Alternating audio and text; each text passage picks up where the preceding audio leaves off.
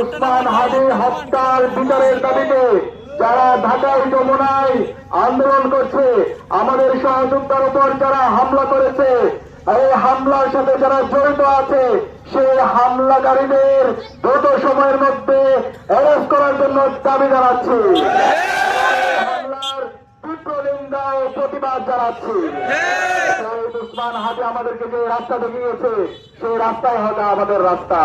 শহীদ উসমান হাদি আমাদেরকে দেখিয়েছে কিভাবে ইনসাফের পক্ষে কথা বলতে হয়, কিভাবে আজাদির পক্ষে কথা বলতে হয়, কিভাবে ভারতীয় আধিপত্যবাদের বিরুদ্ধে কথা বলতে হয়।